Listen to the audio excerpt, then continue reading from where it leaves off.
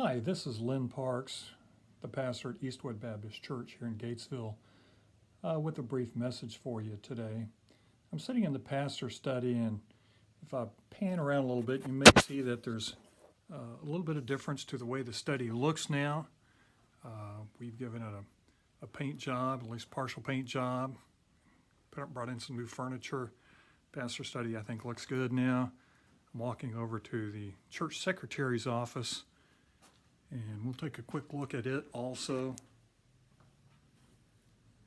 You can see that we've taken down that old wallpaper border and repainted the walls in the hot color of today, which is gray. Now, why am I showing you the pastor study in the church secretary's office? In part because I just want to show that we haven't been sitting around completely lazy over the last couple of weeks when things have been kind of at a standstill. But also I was thinking today about some spiritual lessons that are associated with the idea of painting. Jesus talked a little bit about painting in a passage late in his life. He was in a bitter confrontation with the Pharisees. He gave this series of condemnations of them, the woe statements in Matthew chapter 23. One of those woes is in verse 27. Woe to you, teachers of the law and Pharisees, you hypocrites! You are like whitewashed tombs, which look beautiful on the outside, but on the inside are full of dead men's bones and everything unclean. In the same way, on the outside, you appear to be to people as righteous, but on the inside, you are full of hypocrisy and wickedness. And so these Pharisees went around seemingly observant of God's law very thoroughly, making sure to tithe, making sure to remain ceremonially clean, always washing, obeying the law outwardly in every way that they could. But on the inside, Jesus pointed out, they were still full of greed about money, sometimes would misuse people or abuse people, condemn people, accuse people wrongly, very prideful, sometimes impure. And so Jesus said, you guys look great on the outside, but on the inside, you don't look very good, like these tombs around us that have been washed with a white paint. They like to wash their tombs for a couple of different reasons. One is just to keep the grave looking respectable, but also to signal to people this is a tomb here, and you don't want to get close to it or else you might get ceremonially unclean. And so Jerusalem had little various areas around it where there were these tombs that had been painted white. Looked great on the outside, but on the inside, they were full of corruption. And so Jesus warned us, don't be like these hypocrites. And certainly we can still fall into the same trap that the Pharisees fell into.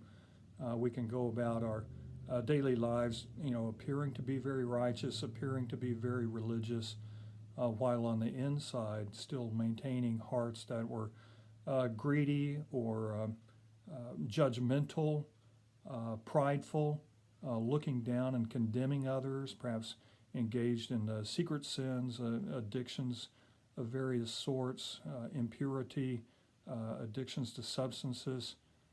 And we know that there have been various, even high-profile Christians over the last several years who sometimes looked great on the outside, but it was revealed later that their hearts were pretty dark. And so what's the antidote to being a person who's painted on the outside and looked great, but on the inside just falling away from God's will for their lives into sin? And I think the answer to that is in another passage that has kind of something to do with painting, and it's over in Acts chapter 1. Let me read you that passage that I have in mind. Jesus has been crucified and has been resurrected. He's now making one of his resurrection appearances and addresses to his disciples. And he tells them, do not leave Jerusalem, but wait for the gift of my Father promised, which you've heard me speak about. For John baptized with water, but in a few days you will be baptized with the Holy Spirit. The Greek word baptizo means just to immerse into a liquid, to immerse and be thoroughly saturated. It's not just a little sprinkling of something on the outside. This is a full immersion that soaks all the way in.